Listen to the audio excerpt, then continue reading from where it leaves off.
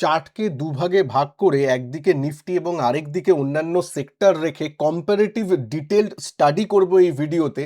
তার সাথে সাথে জানেন পিএম মোদি আমাদেরকে বলেছেন যে অ্যাভয়েড বাইং গোল্ড, তাছাড়া ওয়ার্ক ফ্রম হোম করতে তেলের যে দামটা বাড়ছে তার এফেক্ট এক্সেট্রা এক্সেট্রা, এইটা মার্কেটের উপর কেমন প্রভাব ফেলছে। কারণ এই সপ্তাহে কিন্তু অলরেডি মার্কেটে কিন্তু মানে আজকে যদি দেখেন মার্কেট প্রায় 23,500 ভেঙে গেল, প্রায় বলবো না, 23,500 ভেঙে গেল, 23,400-র নিচে বন্ধ দিয়েছে।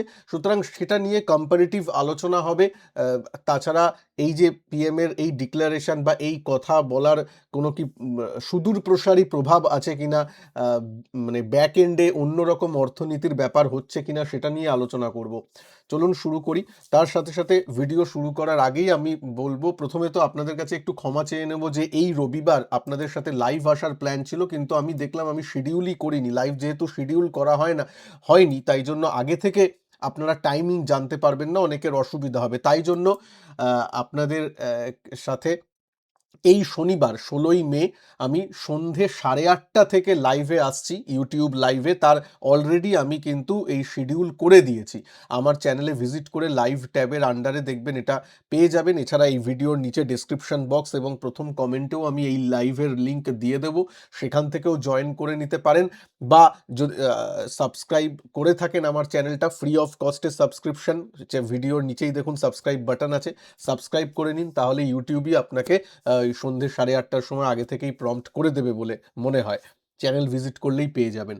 ঠিক আছে, শনিবার 16ই মে সন্ধ্যে 8:30 থেকে আপনাদের সাথে দেখা হচ্ছে। এবার আসুন মার্কেটকে নিয়ে একটু আলোচনা করি। দেখুন, নিফটির চার্টটা আগে বড় করে দেখি। আজকে 15 মিনিটের প্রথম চার্টটা দেখুন। 15 মিনিটে একবারের জন্যেও কিন্তু একটু রিকভারির আশা দেখা দেয়নি। একদম দিনের ওপেন থেকে সেলিং প্রেশার এসেছে এবং দিনের শেষ মুহূর্ত পর্যন্ত কিন্তু সেলিং ছিল। আজকে কিন্তু নিফটির উইকলি ক্লোজিং ছিল, তাই জন্য আমি গতকাল ভিডিও করিনি। আমি ভেবেছিলাম যে উইকলি ক্লোজিংটা কেমন হয় সেটা দেখে নিয়ে আপনাদের সামনে অ্যানালিসিসটা রাখবো, এবং সেটা জন্য একটিও কিন্তু বাউন্স বলুন বা সেই অর্থে ঘুরে দাঁড়ানো বলুন কোনো কিছু আসেনি। দিনের লোয়েস্ট পয়েন্টে গিয়ে বাজার বন্ধ দিয়েছে 23,400-র নিচে। এবার দেখুন, এবার ফ্যাক্টরগুলো কি কি আপনাদের সাথে আগে আলোচনা ছিল, এখন ডিটেলস আরো আলোচনা করব। ফ্যাক্টরে আসি। প্রথমে দেখুন, আমার 2 সপ্তাহ আগের ভিডিও এটা, যেখানে আমি বলেছিলাম যে এখানে উইকলি চার্ট নিফটির ওপেন ছিল এবং এখানে ডবল বটমের মতো আছে, এবং এইখানে তখন দেখুন, এইখানে আমি এই দাগটা টেনেছিলাম, ব্ল্যাক দাগ। এখানে কিন্তু এখনো সেই উইকটা শুরু হয়নি, 2 উইকের আগের যেহেতু ভিডিও। এবং আমি বলেছিলাম এখানে 105 এটা লেখা আছে, দেখতে পাচ্ছেন? মানে আমি বলেছিলাম 3টে ফ্যাক্টর যদি ভারতের এগেনস্টে কাজ করে সেক্ষেত্রে বাজার নিচের দিকে যাবে, আর 3টে ফ্যাক্টর যদি না থাকে বাজার উপরের দিকে স্বাভাবিক ব্যাপার যাবে। কি কি 3টে ফ্যাক্টর? একটা তার মধ্যে ছিল অয়েল। অয়েল যদি এই $100, $105, $110 এরকমই থেকে যায় তাহলে কিন্তু মুশকিল আছে। তার সাথে সাথে ইরান বা স্ট্রেট অফ হরমুজ যদি ওপেন না হয় সেটা। আরেকটা কথা বলেছিলাম যেটা কেউ তখন বলেনি, প্রায় বিভিন্ন টিভি চ্যানেলেও বেশি পাবেন না, 2-3 সপ্তাহ আগে বা 1 মাস আগেও বলেছিলাম, যেটা ইউএসডি আইএনআর। বলেছিলাম টাকা যদি শক্ত না হয়, ইউএসডি আইএনআর যদি ওই 95-96 ক্রমাগত পড়ার দিকেই থাকে তাহলে কিন্তু খারাপ। আজকে দেখছেন পিএম মোদি আমাদের এই কথা বলছেন যে বিদেশ ভ্রমণটা একটু কম করুন, বা ওই যে বিদেশে গিয়ে ওয়েডিং অনেকে করে সেগুলো একটু থামান, মানে বলতে বা গোল্ড কেনাটা বন্ধ করুন। মানে প্রকারান্তরে বলতে চাইছেন যে গোল্ড ইম্পোর্ট করতে আমাদের ইউএসডি যায়, মানে বিদেশি মুদ্রা আর একটা ব্যাপার রয়েছে, যেহেতু আইএনআর ইউএসডির তুলনায় আইএনআর খুব খুব নিচের দিকে যাচ্ছে। সুতরাং সেই কথাটা এখন যেখানে আপনারা ফলাও করে শুনছেন মিডিয়াতে, আপনাদের যারা আমার এই ইউটিউব চ্যানেলের দর্শক তারা কিন্তু 3-4 সপ্তাহ আগে থেকেই জানতেন এই ব্যাপারটা।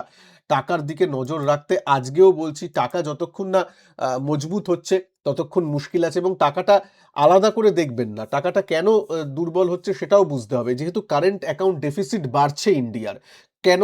কেন তেলের দাম প্রচুর ঊর্ধ্বমুখী হয়ে আছে। তেলের দাম, যখন আপনাদের সাথে কথা বলছি, ভিডিওটা যখন শ্যুট করছি, তখন ইউরোপের মার্কেট প্রায় 1%-এর মতো মাইনাস চলছে, 0.5 to 1% নেগেটিভ চলছে ইউরোপিয়ান মার্কেট।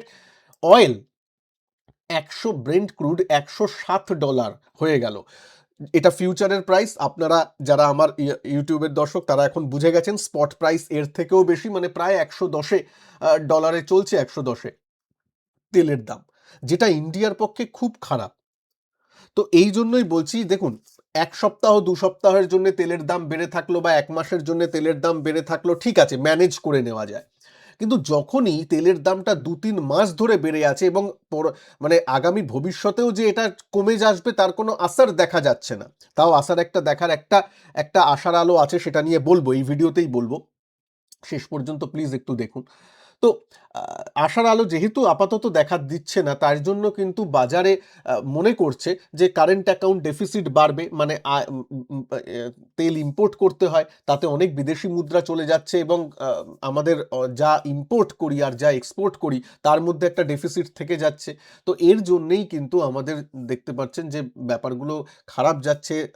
আইএনআর পড়ছে এবং এফআইআইদের তো সেলিং আছেই। গতকাল এফআইআইদের সেলিং হয়েছিল এই কদিনের মধ্যে সবথেকে বেশি সেলিংয়ের পরিমাণ এসেছে। আজকেও ভালো সেলিংয়ের পরিমাণ আসবে বলে আমার ধারণা। তো এই জন্যই বলছি, অর্থনীতি কিন্তু খুব একটা যে রোজি পিকচার আছে তা নয়। এটা তো আচ্ছা, এটা তো সঞ্জয় আমি আপনি সবাই জানি। কিন্তু আ আমাদের করণীয়টা কি? করণীয়র জন্যই আসছি। চলুন একটু আ মানে কি বলবো? ই মানে ইনডেক্স লেভেলে সবকটা সেক্টর নিয়ে আলোচনা করি। ঠিক আছে? যদি ভালো লাগে আলোচনাটা প্লিজ একটু লাইক করে দেবেন। চ্যানেলে যারা এখনো নতুন আছেন প্লিজ সাবস্ক্রাইব করে নেবেন, যারা এখনো সাবস্ক্রাইব করেননি, কারণ এই ভিডিওর নিচেই দেখুন সাবস্ক্রিপশন বাটন আছে ফ্রি অফ কস্টে, যাতে নেক্সট এই ইউটিউব লাইভে আমি আসতে চলেছি শনিবার, আপনাদের যাবতীয় প্রশ্নের উত্তর দেবো, ধৈর্য সহকারে উত্তর দেবো। প্লিজ সেই লাইভ ইভেন্টটা একটু জয়েন করবেন। দেখুন, ব্যাংক নিফটি একদম নিফটির এইখানে যেমন চার্ট আছে ঠিক তেমনই ব্যাংক নিফটিরও চার্ট, নিচের দিকে উইকনেস আছে। এইচডিএফসি ব্যাংক থেকে শুরু করে SBI across the board weakness দেখাচ্ছে। ইকোনমি যেহেতু একটু ডামাডোল পরিস্থিতিতে আসছে এবং তার জন্য কিন্তু এই ব্যাপারটা হচ্ছে। মিড ক্যাপ যদি আসি, মিড ক্যাপ কিন্তু লাইফ হাইতে ছিল, এই উইকে নিচের দিকে গেছে, কারণ জানেন যদি লার্জ ক্যাপ, আমি একটা কথা বলেছি আপনাদেরও বলি যারা সুইং ট্রেডিং ফেডিং করেন, নিফটি যদি এক জায়গায় দাঁড়িয়ে থাকে, মানে বাড়তে হবে না, আমি বাড়তে বলছি না, নিফটি যদি একই জায়গায় দাঁড়িয়ে থাকে, সেলিং প্রেশারটাও না থাকে একটা রেঞ্জের মধ্যে, তাহলেও কিন্তু দেখবেন মিড ক্যাপ স্মল ক্যাপে র্যালি হয়ে যাবে এবং দেখবেন বিভিন্ন স্টক ভালো র্যালি করবে, আপনারা প্রচুর সুইং ট্রেডিংয়ের সুযোগ পাবেন। কিন্তু যদি নিচের দিকে পড়ার ব্যাপার হয়, গতিমুখটা যদি লার্জ ক্যাপের নিচের দিকে হয়, তাহলে তো তার সাথে সাথে ওই লার্জ ক্যাপ সাথে সাথে স্মল ক্যাপ মিড ক্যাপকেও টেনে আনে, কারণ সেন্টিমেন্টের একটা ব্যাপার এসে যায়। সেন্টিমেন্ট উইক থাকলে তো এইগুলো হবেই। এবার এই প্রসঙ্গে একটা কথা বলে রাখি, মিড ক্যাপ স্মল ক্যাপে যারা মিউচুয়াল ফান্ডের মাধ্যমে ইনভেস্ট করছেন, আদর্শ সময় ইনভেস্ট করুন। ঠিক আছে, একটা সময় নিফটি দাঁড়িয়ে যাবে, তারপর এইখানে আবার র্যালি কিন্তু অ্যাজিউম করবে। এই যে ডিপসটা, এই ডিপসটাকে ইউজ করা উচিত। হ্যাঁ, মানে কি বলে, ডিপসটাকে ইউজ করা উচিত কিন্তু আমাদের আ মানে লং টার্ম পোর্টফোলিও ক্রিয়েট করার জন্য ডিপসটাকে ইউজ করা উচিত। ওকে? এটা স্টার দিয়ে রাখলাম। ওকে। আচ্ছা, এইবার আমি আসি স্মল ক্যাপে। তার আগে আরেকটা ছোট্ট কথা বলে নিই। এই যে আমাদের পিএম এসে বলেছেন এই কথাগুলো, যে গোল্ড যাতে আমরা একটু কম কিনি, তাছাড়া ইউএসডি বাঁচাই, ওয়ার্ক ফ্রম হোম। এতে একটা অনেকের হয়তো অনেকে ভাবছেন যে বাবা তাহলে কি হয়ে গেল? তাহলে কি ইকোনমি একদম ভেঙে পড়ছে? দেখুন, আপনারা নিজেরা একবার ভেবে দেখুন। ধরুন বাজারে আপনার কন্ট্রোলে নেই, আপনার কন্ট্রোলে নেই, কিন্তু বাইরে সবকিছু জিনিসের দাম বেড়ে যাচ্ছে। তাহলে আপনি বাড়িতে কি বলবেন? আপনি ধরুন বাড়ির কর্তা। আপনি বাড়িতে এসে নিশ্চয়ই বলবেন, "দেখো একটু আ হাত টেনে এখন চালাও।" গিন্নিকে হয়তো বলবেন এইভাবে যে, "একটু হাত টেনে চালাও বা একটু আ খরচাটা একটু কম করতে হবে। যেগুলো বেহিসাবি খরচ সেগুলো করব না। যেগুলো একটু মানে কি বলে, যেগুলো নেসেসারি নয়, যেগুলো একটু ডিলে করা যায়। গোল্ড তো একটু ডিলে করা যায়। আমি বলছি না যাদের বিয়ে, আ অ অন্নপ্রাশন বা অন্য কিছু অনুষ্ঠান আছে তাদের কথা আলাদা। আমি বলছি জাস্ট শখের জন্য যেই জিনিসগুলো, সেগুলোর জন্য একটু পরে দেখা যায়। এরকম আমরা নিশ্চয়ই বলব, রাইট? তাহলে আমি আপনি তো আমাদের ঘরেও এই কথাই বলব। এবার পিএম নিশ্চয়ই পুরো ভারতকে অ্যাজ আ ঘর যদি মনে করেন তাহলে তার মুখিয়া। তো সেই অর্থেই বলেছেন এবং ওয়ার্ক ফ্রম হোমের কথাটাও বলেছেন, যাতে পেট্রোল, ডিজেল একটু বাঁচে। একটু বাঁচলেও অনেকটা কারেন্ট অ্যাকাউন্ট ডেফিসিট কমবে, যেটা আমরাও স্বাভাবিক করি। যদি খুব দাম-টাম বেড়ে যায় আমরাও তখন বলি, "এই চলো ভাই বাস নিয়ে যাই।" তাই না? দামটা বাড়বে। এটা আমরাও করি এবং সিমিলারলি হয়েছে। কিন্তু এতে বেরিয়ে কি আসছে? যেটা আমাদের দেখতে হবে সেটা হচ্ছে লং টার্মে বা এটা যদি প্রলংড হয়, এই তেলের দামটা যদি $100 $110 উপরে থাকতেই থাকে, স্ট্রেট অফ হরমুজ যদি না খোলে, তাহলে কিন্তু ভারতের মতো ইকোনমি বা ভারতের মতো অয়েল ইম্পোর্টকারী যে দেশের ইকোনমিগুলো আছে সেগুলো কিন্তু একটু নড়বড় হবে।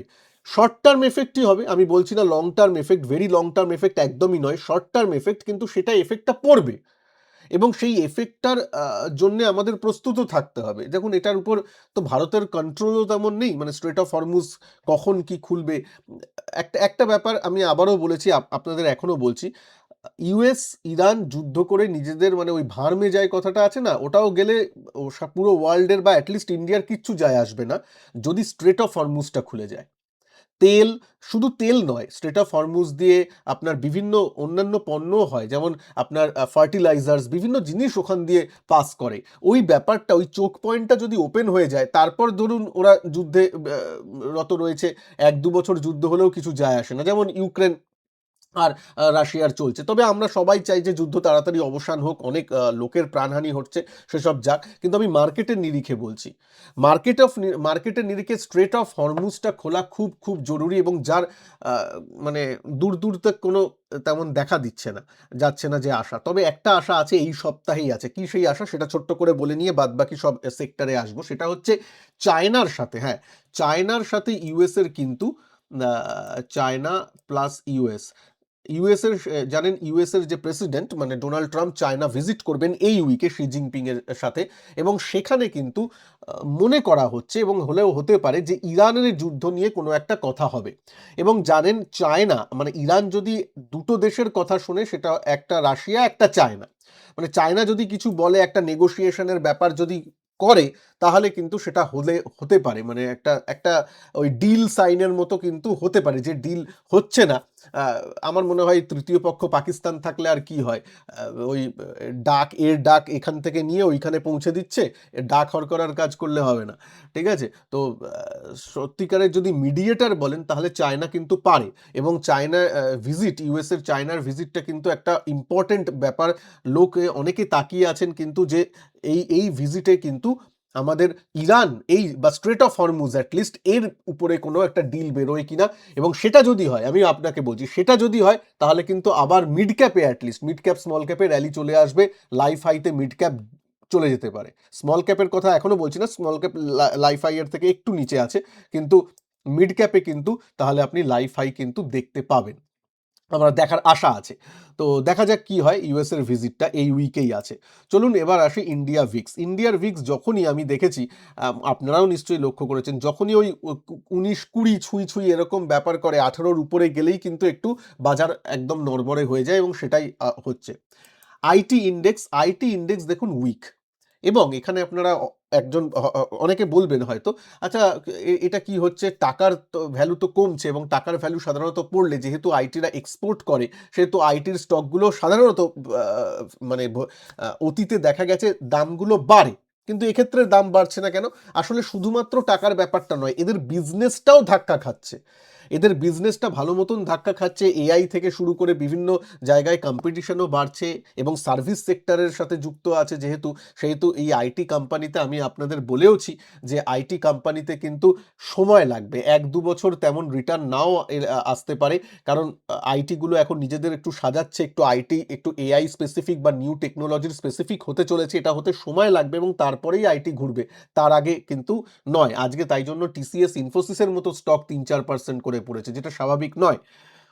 আচ্ছা, তার সাথে সাথে রিলায়েন্সটাও পড়ছে, রিলায়েন্সটাও ছোট্ট করে বলিনি, রিলায়েন্সটাও খুব একটা ভালো করছে না। তার সাথে সিডিএসএলটাও বলি, সিডিএসএল দেখুন, এগুলো ইনভেস্টমেন্ট গ্রেডের স্টক, এবং বাজার যখন খারাপ থাকে, এই মার্কেট ইনফ্রাস্ট্রাকচার জাতীয় স্টকগুলোর উপর একটু ধাক্কা পড়ে, ঠিক আছে? যদিও তার মধ্যে কিছু ব্যতিক্রম আছে, বিএসসি যেমন ব্যতিক্রম, অনেক ভালো করছে, কারণ এখন বিএসসিতে ডেরিভেটিভ ট্রেডের কিন্তু ভলিউমটা বাড়ছে, স্পেশালি সেন্সেক্সের, তাই জন্যই কিন্তু এনএসির থেকে অনেকটা বিজনেস বিএসসি নিয়ে নিচ্ছে, তার জন্যই কিন্তু এই র্যালিটা আপনারা দেখছেন, সেটা ঠিক আছে, কিন্তু ওই মার্কেটে আবার বুল রান চালু হলে দেখবেন যে মার্কেট ইনফ্রাস্ট্রাকচার স্টকগুলো আবার দাঁড়িয়ে যাবে। সিএনএক্স ফার্মা, আজকে কিন্তু সিএনএক্স ফার্মা বেশ ভালো করেছে, যদিও এটা উইকলি চার্ট, কিন্তু আপনারা দেখতে পাচ্ছেন নিফটি যেখানে নিচের দিকে, সেখানে সিএনএক্স ফার্মা বেশ স্ট্রং আছে এবং এগুলো একটু ওই ডিফেন্স জাতীয় ডিফেন্সিভ স্টক, তাই জন্য বা ডিফেন্সিভ সেক্টর, তার জন্যই ফার্মা ঠিক আছে। অটো সেক্টর একদম মিডিলে আছে, মানে ওই বলে কনসোলিডেট করছে, সুতরাং ইটস ওকে। এফএমসিজি সেক্টর নিচের দিকে, এফএমসিজি সেক্টর বিগত 1-2 বছর থেকেই তেমন, মানে বিগত 1 বছর ধরেই তেমন রিটার্ন করে দিচ্ছে না, স্পেশালি এফএমসিজির অন্তর্গত বিভিন্ন স্টকগুলো, সুতরাং এটা নিয়ে আলাদা করে কিছু বলার নেই, আলাদা করে এক্সপোজার রাখার কোনো মানে হয় না। সিএনএক্স এনার্জি, এবার এনার্জি আজকে পড়েছে ঠিকই, কিন্তু আমি যদি এনার্জির মধ্যে অয়েল অ্যান্ড গ্যাসকেও নিয়ে আসি, তাহলে ওএনজিসি, ওআইএল এই জিনিসগুলো ভালো করছে, একটু ট্যাক্সে রাহাত দিয়েছে গভর্নমেন্ট, সেগুলোর একটা ব্যাপার এসেছে, খবর এসেছে। তাছাড়া বুঝতেই পারছেন অয়েলের ব্যাপার, তবে এগুলো কমোডিটি ড্রিভেন যেহেতু, ধরুন ওএনজিসির কথা বলি, যেদিন দেখবেন, ধরুন কথার কথা, ইউএসরাই চায়নার ভিজিটে ইরানের নিয়ে একটা কিছু ডিল হয়ে গেল, সাথে সাথে দেখবেন তেল 10% 20% পড়ে গেছে, তখন দেখবেন ওএনজিসি যখন খুলবে 5% বা 10% নিচে খুলবে। হ্যাঁ, আবার তেলের দাম বেড়ে গেলে এরাও বাড়বে। সুতরাং এগুলো কমোডিটি ড্রিভেন স্টক যদি পোর্টফোলিওতে থাকে আলাদা করে ঠিক আছে, না হলে এগুলো ট্রেডিং জাতীয় স্টক, এগুলো নিয়ে আলাদা করে বলার নেই, কারণ এগুলো তেলের দাম এবং জিওপলিটিক্যালের উপর নির্ভর করে করছে, সেম অ্যাজ মেটাল। মেটালও ভালো এখন করছে, জিওপলিটিক্যাল ব্যাপারটার দিকে একটু নজর রেখে এইগুলোতে ট্রেড করবেন। পিএসইউ আজকে তো অ্যাক্রস দ্য বোর্ড পতন এসেছে, কিন্তু দেখুন হাইয়ার, এখানে হাইয়ার লো দেখতে পাচ্ছেন, হাইয়ার লো হাইয়ার হাই এই ব্যাপারগুলো করছে। যদি এই স্ট্রাকচারটা আপাতত অক্ষুণ্ণ থাকে তো ভালো, কিন্তু তার জন্য নিফটিকে দাঁড়াতে হবে। এই যে ডাবল বটমের জায়গা, এই জায়গাটা যদি ভেঙে যায় এবং সেই আশাটা দেখা যায়, কেন এখানে দেখুন টপ করেছে, তারপর কিন্তু হাইয়ার হাই করেনি, এইটা যদি ভেঙে যায়, আবার বললাম ভেঙে যাওয়ার জন্য 3টে কারণ আছে। স্ট্রেট অফ হরমুজ যদি না খোলে, তেলের দাম যদি $100 উপরেই থাকে, এরকমই ঊর্ধ্বগতি থাকে, এবং টাকা যদি উইক থাকে, তাহলে এই 3টে বারবার কারণ বারবার মনে করিয়ে দিচ্ছি। ওকে, ডিফেন্স ইন্ডেক্স ঠিক আছে, ডিফেন্স ইন্ডেক্স অনেকটা উপরে গেছিল, প্রায় লাইফ হাই এর উপরে গেছিল, তারপর থেকে এই উইকে তো এই দুদিনই হয়েছে, এই দুদিন খারাপ যাচ্ছে বাজার, তাহলে তো কোনো সেক্টরই হবে না, মানে দাঁড়াতে পারবে না। টিসিএস ইনফোসিস যেমন বলছিলাম 3-4% করে পড়েছে, চার্টও একটু দেখতে পারেন, ঠিক আছে। তো আর ইন্ডিভিজুয়াল আমি স্টক নিয়ে কথা বলছি না, কিন্তু যে স্টকগুলো ভালো সেই স্টকগুলোর উপর নজর রাখবেন। তবে আমি মনে করি এখন একটু সুইং ট্রেড থেকে একটু বিরত থেকে ইন্ট্রাডের দিকে নজরটা যারা দিতে পারেন, সময় সুযোগ আছে, ঠিক আছে। সুইং ট্রেডিংয়ের আবার সময় আসবে, সময় যে হবে না তা নয়, আবার সময়টা কেমন আমি বললাম, যখন অ্যাটলিস্ট দাঁড়িয়ে যাবে। এই এখন তো দেখুন একদম স্ট্রেট ফল করছে, এই ফলটা নয়, যখন অ্যাটলিস্ট দাঁড়িয়ে যাবে, যেমন এখানে 1-2 সপ্তাহ একটু দাঁড়িয়েছিল, এই দাঁড়ানোর ব্যাপারটা হলেই ব্যাপারটা হয়ে যাবে। আমি আপনাকে ডেইলি চার্টে ব্যাপারটা বলছি, ডেইলি চার্টে আসুন, দেখুন দাঁড়ানোর ব্যাপারটা কি বলছি, এই যে এখানে দেখুন, এখানে যখন এই ফেজে চলছিল, দেখছেন দাঁড়িয়ে আছে, তাই জন্য এই 3-4 দিন ভালো চলছিল, কিন্তু তারপর যখন স্ট্রেট এই 4 দিন ধরে বড় বড় গ্যাপ ডাউন করে করে ফল হচ্ছে, দিনের লোতে গিয়ে বন্ধ দিচ্ছে, এইগুলোর সময় কিন্তু সুইং ট্রেডিংটা কাজে দেয় না, তাই জন্য একটু ওয়েট করুন, ওয়েট অ্যান্ড ওয়াচ, তারপর আবার করব। যাদের ইনভেস্টমেন্ট আছে একদম নিশ্চিন্তে থাকুন, কোনো উপায় নেই। হাতে যদি একটু টাকা থাকে, তার 50% বা 40% একটু ইনভেস্ট করলেন, আর একটু হাতে রাখলেন, হাতে টাকা রাখবেন, কারণ এই তেলের দাম বা এই 3টে যে ফ্যাক্টর বললাম, সেটা যদি চলে, বাজার একটু উইক হবে, সেদিকে যাতে তখন হাতে টাকা যাতে ফুরিয়ে না যায়। তাছাড়া লং টার্ম যেগুলো চলছে, এসআইপি যেগুলো চলছে, কোনো অসুবিধা নেই, কারণ এরকম ব্যাপার যে লং টার্মে থাকবে, লং টার্মে তেলের দাম $100 উপরে থাকবে, তা তো মনে হয় না। ঠিক নিউ নর্মাল ভাবে তৈরি করে নেবে বাজার, তো সেই দিকে নজর রাখবেন। ইনভেস্টারদের চিন্তা নেই, কিন্তু ট্রেডারদের আমি বলবো একটু সাবধানে কাজ করবেন, সুইং ট্রেডিং থেকে আপাতত একটু বিরত থেকে একটু ইন্ট্রাডের উপর ফোকাস করবেন যদি সময় পান। একটু মিড ক্যাপ স্মল ক্যাপের দিকে নজর রাখবেন, যখন লার্জ ক্যাপ দাঁড়িয়ে যাবে বা নিফটি দাঁড়িয়ে যাবে তখন, ঠিক আছে। ভিডিওটা ভালো লাগলে একটু লাইক করে দেবেন, তার সাথে সাথে প্লিজ লাইভে থাকার জন্যে এইখানে আমার চ্যানেলে ভিজিট করে লাইভ ট্যাবে এসে দেখবেন, এইখানে এসে গেছে, এখানে নোটিফাই মিটা করে রাখবেন। শনিবার 16ই মে সন্ধ্যে 8:30টার সময় আপনাদের প্রশ্নোত্তর নিয়ে আসবো, তার জন্য চ্যানেলটাকে প্লিজ সাবস্ক্রাইব করে রাখবেন। ভালো থাকবেন সবাই, নমস্কার, জয় হিন্দ, বন্দে মাতরম।